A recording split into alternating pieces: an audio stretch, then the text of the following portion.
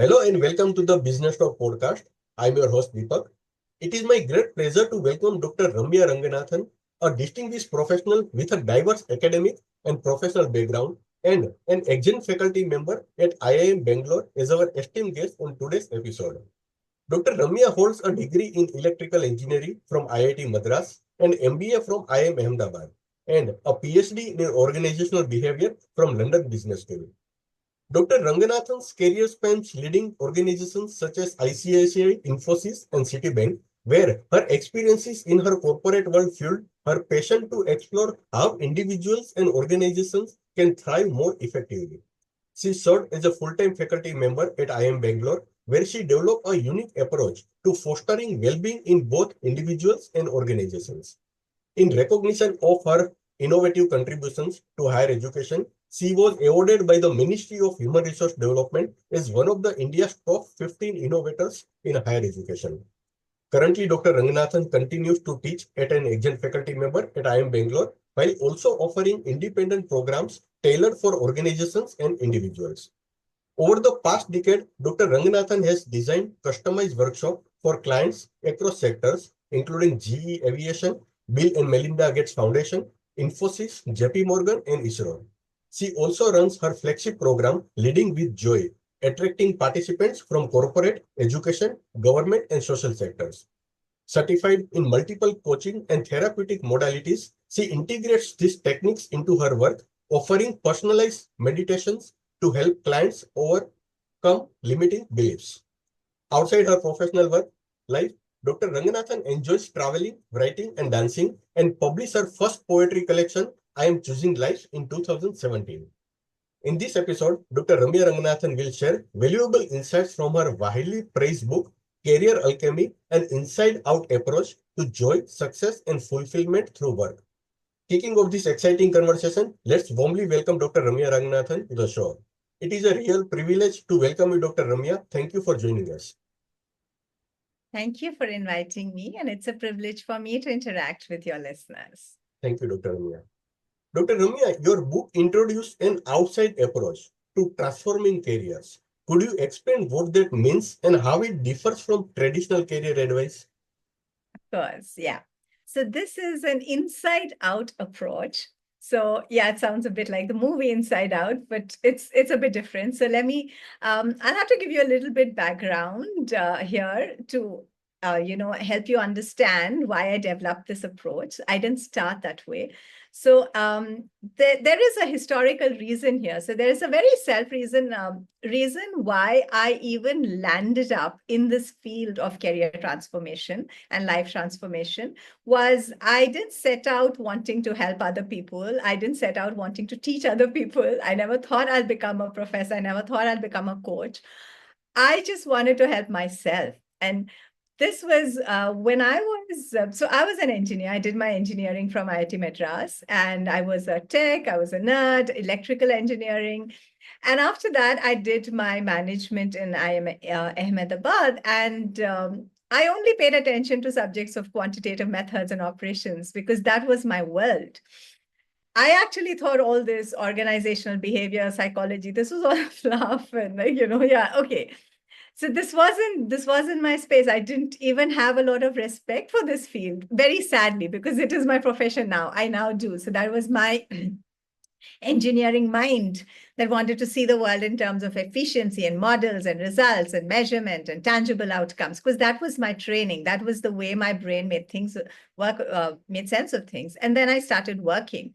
When I worked in the corporate world, and I had the opportunity to work with really good companies, really good organizations. And because I loved operations, I was in technology and process reengineering. So I worked with Citibank, Infosys, ICICI. But when I was working, that is when these learnings that I hadn't learned during my MBA, life started teaching me like this. So at one level, I was having all these Monday morning blues. I was like, why do I work? Why do I need to work? So, questions about joy, about fulfillment, about what does work mean to me? Because I wasn't enjoying my work. That was at a very intrinsic level, right? Me as a human being, me as a purpose. how's this work? I'm spending, like 8 hours, 10 hours at work. And how is this adding to the quality of my life? Is this what I had visioned, once I started living in the adult world? This was happening.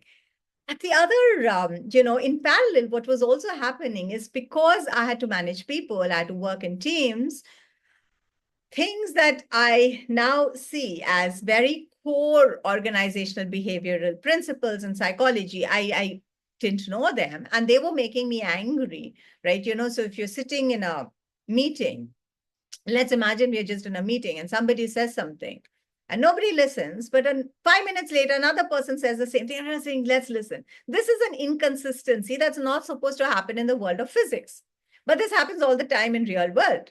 Right. So all these kinds of inconsistencies where the real world was not mimicking the world of physics, which was my comfort zone.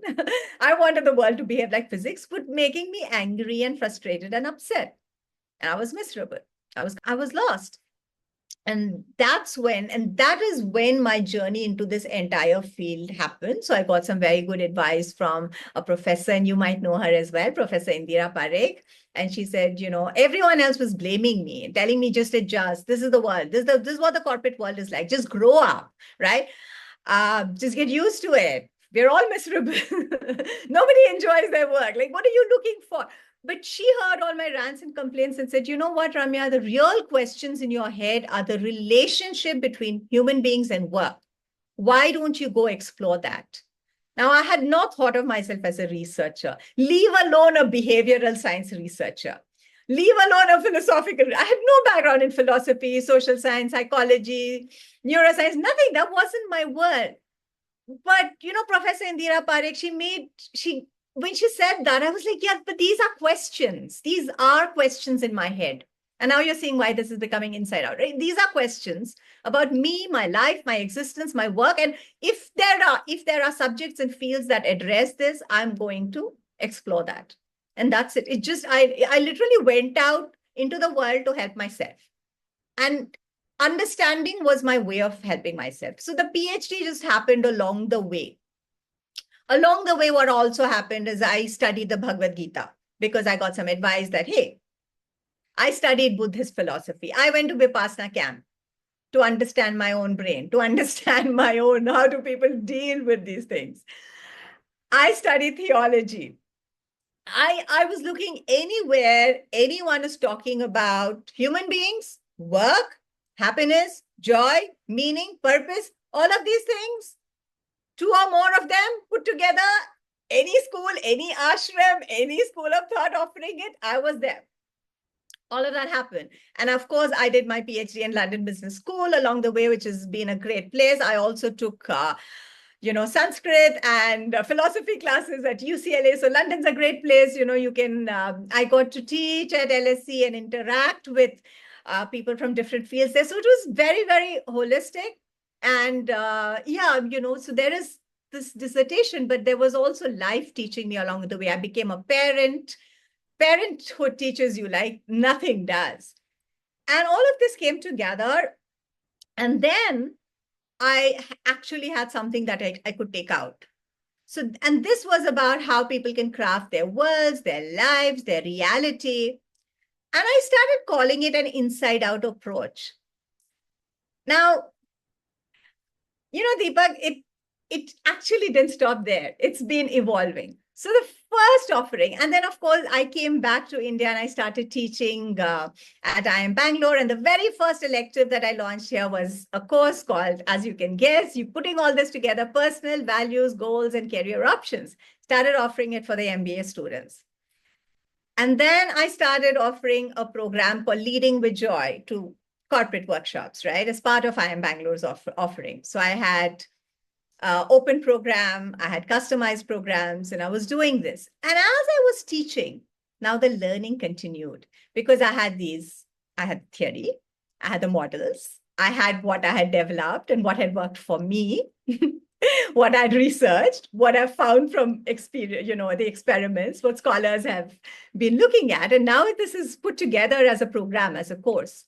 And now I'm every, year by year, workshop by workshop, offering by offering, program by program, I'm doing the feedback analysis, right? Prototyping.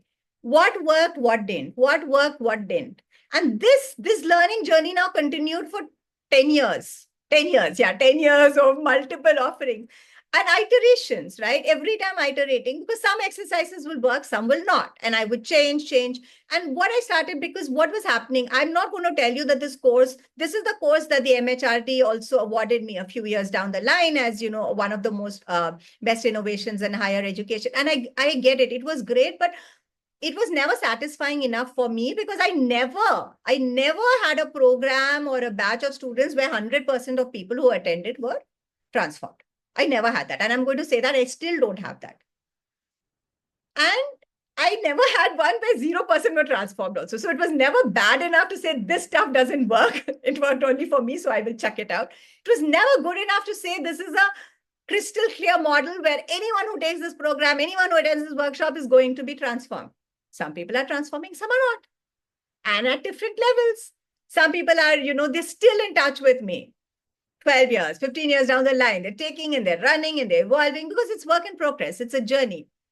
But I haven't heard back from any others.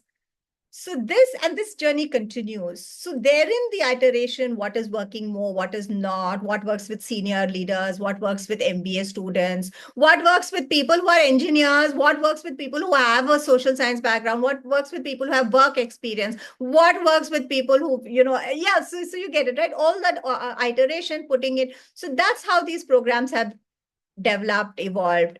Now, sometime down the line, what started happening is I started learning more and more from my participants. And while I was applying all of this to the world of work and career, because that was my passion, that was my area, right? That is what I went out to find out. How can we be happy at work? But if all the fundamental principles, all the science, my students were taking it and applying it. And I was also applying it in parenting and all in other areas of their life. And they were coming back to me with results. I use this with this, I use this. And then I started saying, this is more. This is more than just careers. This is about life. So I got curious. And then people started coming to me in other spaces. So I actually then got trained as a life coach. And that's also when I moved out of IIM Bangalore and, as a full-time faculty. I still teach there. But I expanded my work just beyond management and corporate world and work to be life, and I got trained as a life coach. That training journey was wonderful. And then I started coaching people. Eventually, I decided to refocus. So I don't do really life coaching anymore. I really focus on leadership and career coaching. But in leadership coaching, then now again, I started working with CXOs, working with, youngsters. As I coached people, now every person I coached with I started learning from them. And now this became it was already an inside out approach. It became the inside of the inside out approach. Why? Because now as the creator of these programs and the researcher, I have full access to the inside world of my clients. As a professor, I'm just teaching, right? Like there are 70 people in a class or 20 people in a workshop. And I have access to all the research, but I don't have access to the inner world of the participants. I had access only to Ramya's inner world. But now I have access to the inner worlds of all the people. And then I started, oh my God, this was really supplementing everything I learned from research, everything I learned from teaching. It started getting really the inner world. And I started, realizing that literally we have to remove, and not for everyone, for some people, some very self-aware people, they'll attend a workshop and that's it. They can already work with. But for many others, I have to handhold them in actually deprogramming their inner worlds, their mental models, unconditioning. I'm sorry, I'll stop now. So that is the inside out approach. So that's why the book systematically now takes people so that they can do this inner work by themselves, or they can do it with the help of a coach. It's also like a blueprint that if you like working with a coach, you can do that. Very insightful. Thank you. Dr. Ranganathan, many professionals feel trapped in the grind of work, struggling to find fulfillment. How does your career alchemy guide people to discover joy and purpose without quitting their jobs? Absolutely. Yeah. So thank you for asking me this also, which is, so this book and when I say book, the book is a representation of a body of work. So it's also the programs, whether you choose the book or the program or coaching, the body of work, the book helps people craft their careers. Now I want you to think a bit about the word craft. You're building it. You're not finding anything. It's not a treasure hunt. You're not going, I want to find my Prince Charming. I want to find my best job. You're not looking for something that's already ready-made sitting somewhere in like a consumerist, right? I want this job. It's not that. It's not that fit. It is crafting is you're making it with what? With raw materials, with your knowledge, with your skills. And as you're crafting something, just think of any craft that you do, whether it's pottery or, knitting or art or something. You're using your skills, you're using your talent, you're using your experience, you're using your hands, you're doing it in real time and you're creating something. What are you creating here? That's your career, which means it never ends as long as you keep working and you're crafting it. Now, this is a craft. It's an inside out a craft. You're also crafting your own inner world, your belief systems, your mental models, your resilience, the way you use your mind, the way you use your emotions. So the craft is going on inside and outside. So it's that inside out craft. Now, this can be used if you want to create a brand new career. Yeah. Or you already have a career, you're already in a job, and most people already have. You just want to craft places of it. It's like, if I want to create something as a craft, I can buy all the raw material and start, okay, what do I want to create? I'm creating new pot. Or I take the pots that are already there and I paint it, I change it, I make it work better for me, right? So this is what I started seeing, can happen. And again, in my programs with my, clients, I've seen both varieties. There are people who are on a break, who are saying, now what do I do next? I have a confession though. I have not worked with very young children, like students, right? So I've not worked with people who are just starting out. Because even the MBA students who come to IIM Bangalore, most of them have. And I've seen that this body of work works only with people who have some work experience. So you need something from your past in order to be able to reflect and actually churn out. So that is a boundary condition. So this book will work for anyone who has at least 2-3 years of work experience onwards. So you can start crafting a new career, a new industry, a portfolio career, which means doing multiple things at one time. So there's an entire chapter on portfolio careers. I personally have a portfolio career.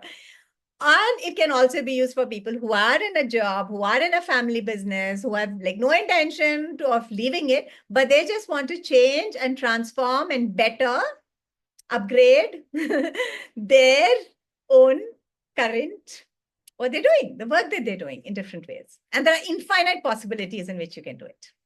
Very good.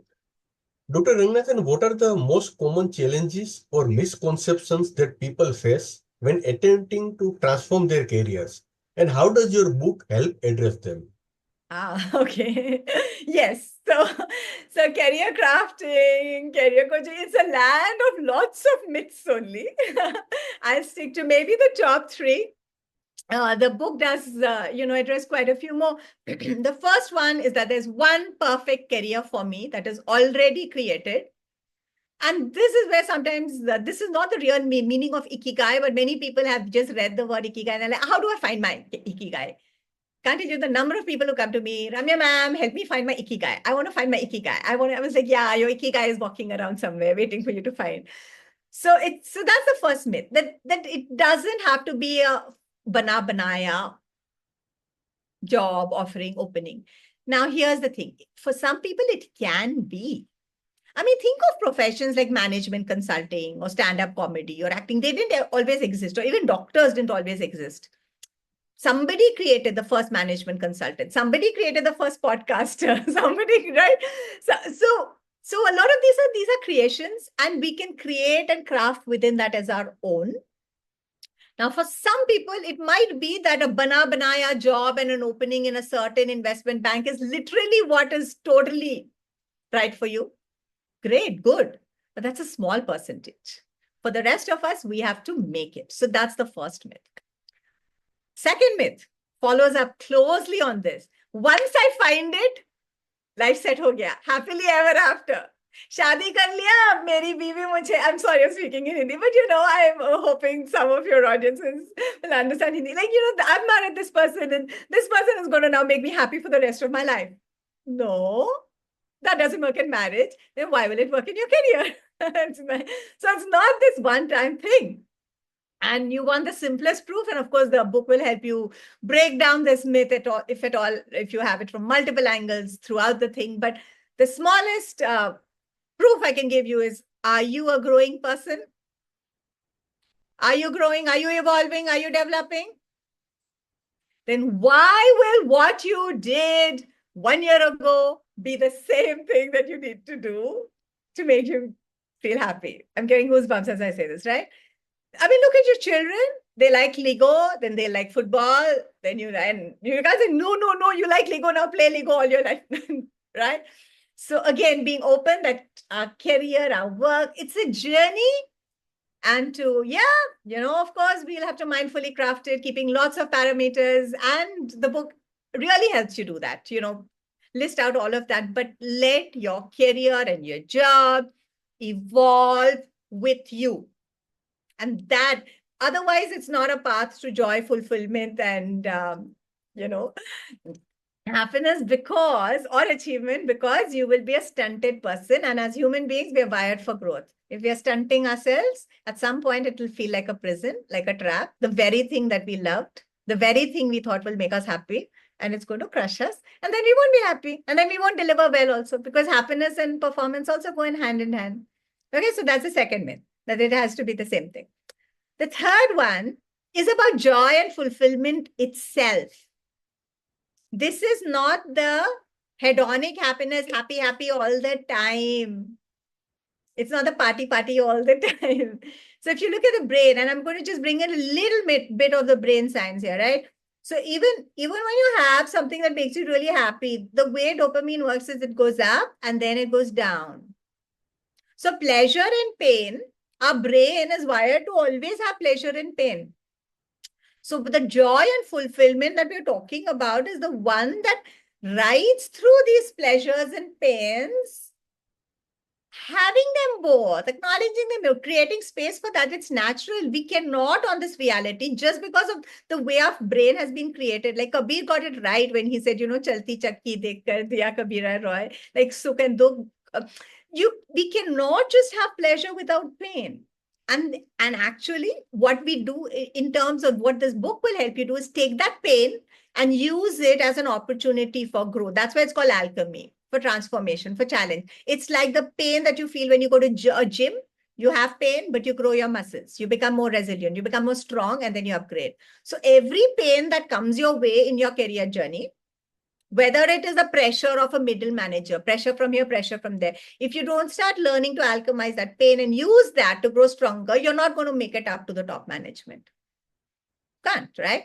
So and that's just one example. Whatever it is, whether it is feedback that you don't like, whether it is dealing with people who are very tough, every situation, taking every painful situation, or at least as many as you can, and using them as growth opportunities. So that is the other myth. So the myth is that joy, when I say joy and fulfillment, it's every minute I'm getting my roses that make me happy. No, life will give you the successes and failures and the pains and the challenges. The joy and fulfillment is from capitalizing on those pains and challenges to let those also help you grow and become stronger.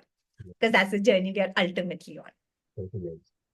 In the book, you highlight the role of research and experimentation in creating meaningful career changes. Could you share an example of how experimentation has led to transformative career outcomes for one of your clients? Absolutely, sure. So this is, remember when we're changing our career from, if someone wants to, right, from A to B, so you do the inner work, you do the first step. So this is the first part of the book where you go through, redefining what does success mean to you, what does work mean to you. So there's a lot of inner work in the first few chapters. And then the outer work starts. So this experimentation is part of the outer work. That's why it's inside out approach. It's not just out approach. Now, experimenting or prototyping with different internship is a classic example of experimenting and prototyping, trying something out for a weekend, trying it out for a month. Let's see it. It's like when you go to a shop, you wear some clothes and you say, did this fit me? Do I like it? And then I'll do it, right? You don't directly jump. So that is outer work. And that is already there in the field of career coaching. Here, I want you to do that. I want you to do that experimenting, that outer work. But before that, we also do the inner work along. And I won't even say before, because you have to also, you keep doing it along the way. So so I'll give you an example. I can give you two examples actually of how experimenting can give you feedback on what you don't want to do and what you want to do. It can help you break the myths in your head also, right? So one person, so there was this lady that I was coaching, and she's in tech in Bangalore. And when so she came with me with like, and she's not happy, right? So she has this narrative. We all have these narratives and scripts in our head.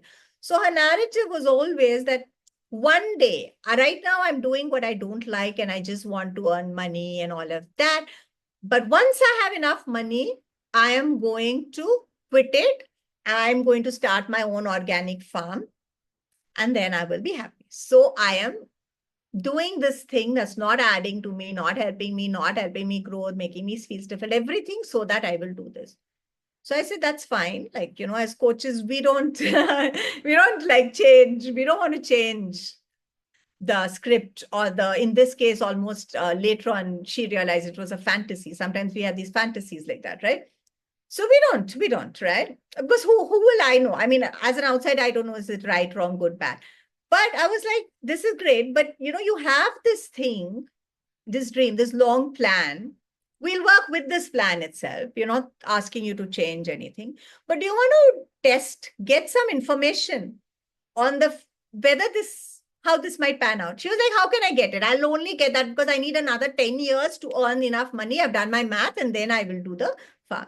I said, no, you live in Bangalore, and I also live in Bangalore, and I'm developing a collective farm. So I know the things involved. So I said, there's so many farms, go and volunteer at one.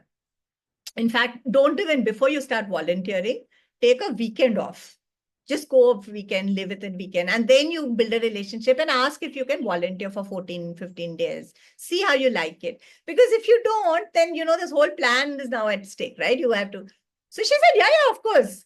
So she had a little kid and a daughter and, her husband, and they went for a weekend.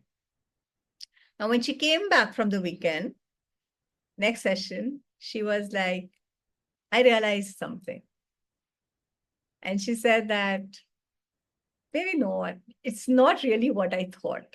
There are some aspects, and I mean, this would become a long conversation. I'm going to tell you exactly what, although I can because I'm not revealing her name. But basically, the entire plan was now changed, and we crafted her life in many other beautiful ways. So what the book helps you do is break things up into first principles, right? So why farm? What is it? Why nature? Can you bring some of those into this life, right? What this? So you bring things back into, you can still hold that fantasy, break it down into first principles, see what those elements are, and then bring them in. And eventually she landed up not even leaving that company. She just transformed into a different role. She had a talk. Yeah, so she was really into nurturing. So she realized one of her core values was nurturing. Yeah, no wonder she was being attracted to the farm. And she also realized that, okay, she needed more space. She liked movement. She didn't want a desk job. So she sculpted a role for herself. She was a good performer, right? It's not like you're not going to do work within the same organization, which was now involved more movement, talking to people, nurturing others, win-win for her and the organization. So that's one form of experimenting. Well, there is another form of experimenting, and this I've actually had many others where they do it for some time and they talk to people who've done it, they explore their network, and that actually becomes their reality. Now, it's like a classic internship that wins. So that is actually the more classical example. But I wanted to give you this counter example also. Yeah. Thank you. Dr. Ranganathan, personal transformation often involves confronting fear and uncertainty. How does the book help individuals overcome these mental barriers when making career changes? Personal transformation always involves fear and uncertainty. And thank you for calling it out. So yes, we cannot. So see, our brain our brain, and this is there in an entire chapter. So there's chapter 6 of the brain that really helps us work through our fears. And then later chapters, this is chapter 6 helps in a raw neuroscience kind of way, but later chapters in the book actually help us, work with our inner child. It helps us work with our inner critic. It helps us work with our imposter syndrome, the different manifestations and forms of fear. So yeah, there are, methodology, exercises to catch them, understand them, and then how to also work with them. So in some ways, it's like we allow fear to be there in the backseat, but we don't give it the steering wheel. And this is a metaphor used by Elizabeth Gilbert, and I loved it. So I'm borrowing it from her. So giving credit to her for the metaphor, but you get the idea, right? But it doesn't come we have to be aware, and we have to call out the fear of what am I actually afraid of, because sometimes we think I'm afraid of one thing, but we're actually afraid of something else. Maybe fear of judgment or something else, right, behind it. So that is the inner work. So the book really helps us understand our fear, identify our core fears, also gives us enough techniques and backings and understanding of the brain so that we can deal with fear. One thing I want to just give right away to your audience here is what you said about the uncertainty and fear, personal transformation. See, the reason it's difficult is because our brain as a mechanism. So one of the guiding principles why I do this entire work as an inside out approach is basically that our mind can be our best friend or our worst enemy. This is something that I got from the Gita. I've got lots of gifts. This is one core gift, right? And I truly believe that our brain, and I know, and I can see now through my work on myself and others, our brain can be our best friend or our worst enemy. And this is an example of a time where our brain is not working for us. Because our brain, our mind, our rational brain, our data bank is an expert. If you call me an expert today, it's all about the past. I'm not an expert on the future. Nobody is an expert on the future. So the brain, it's almost like the brain is afraid to go into the future because it knows nothing. All its data is from the past. So it's like, so uncertainty and fear therefore go hand in hand. So if it's uncertain, the brain is like, but I don't know, but I know everything about this, not this. So for that, we have to do a different kind of training of the brain. And of course, the brain, the core principle throughout the book is an inner sovereignty. What is sovereignty? It's like, if you're the ruler of your country, you're the ruler of your mind, brain. So understanding our thoughts, our emotions, our mental models, our mental chatter, and becoming sovereign there. So even when our brain goes into that panic, that everything's changing, it's uncertain, I don't know what to do, we have created other pathways. We can switch into a hero's mindset or an explorer's mindset and a curious mindset, saying, I don't know anything, a beginner's mindset, but how interesting. Yes, I'm feeling afraid, but can that be excitement? So we are able to reset, and we are able to create these pathways in our brain, because if we have to nurture them, we are all products of conditioning. Only what our brain has practiced, it knows, and then we can quickly tap into them. So this is the work that I do even with very senior leaders, because they have 50, 60 years of experience in their domain, but the wiring in their brain has come from school, when they were all in second standard, third standard, fourth standard, right? That is the wiring that is pakka in their brain, and we have to change that wiring to make them curious and make their brains willing to go into an uncertain future. Dr. Ramya, my last question. Finally, if there is a one key takeaway from Career Alchemy that you would like listeners to walk away with, and what it would be? Okay. I'll just build on what I just said right now, which is your mind, your own brain can work as your best friend or your worst enemy. When you go into your work, or even when you sit and think about your work, or you sit and contemplate on questions of should I work? Why should I work? Like I was doing. Where should I work? How should I work? Right? So all of these are part of your career journey. Or even you're reflecting on your past. Why did this happen to me in my work? Why, that entire process, whether you're thinking about the future, you're dealing with your work in present, or you're sort of reflecting on the past, everything is being done by this processor. Your brain is you're doing it through your brain, with your brain. And all these things. In all these things, your brain could do it in multiple possibilities. So when you're looking at your past, for example, your brain could say, why did this happen to me? Poor me, and all of, the victim mode. Now I can't do anything. Or it can say, okay, this happened to me, but what can I learn from it? How did I grow from it? How am I stronger? When you're in the current, again, your mindset can be a complete game changer, right? There's the way you're thinking about this. What can I do with this? And then when you're anticipating the future, right, you can be thinking of, oh, once I get this, it will make me permanently happy or whatever, right? Or you can be thinking of, okay, this is an ongoing journey, and what are the possibilities here? What can I do this? And then there are all these nuances, right? When you see another person achieving something, do you go into, oh my God, this person is going better than me? So, and then our brain can go into that fight or flight competition. I'm not good enough. Or, oh wow, this person is doing something interesting. How can I get inspired? What can I learn? And, since this is catching my attention, maybe making me slightly jealous, maybe it means that I also value this. Maybe I should also do this. So just catching our brain is going into jealousy or competition, and catching it and steering it into inspiration, right? So this real time working with our brain, that's what career alchemy helps you do. And that's why it's an inner sovereignty approach. So that's the key takeaway.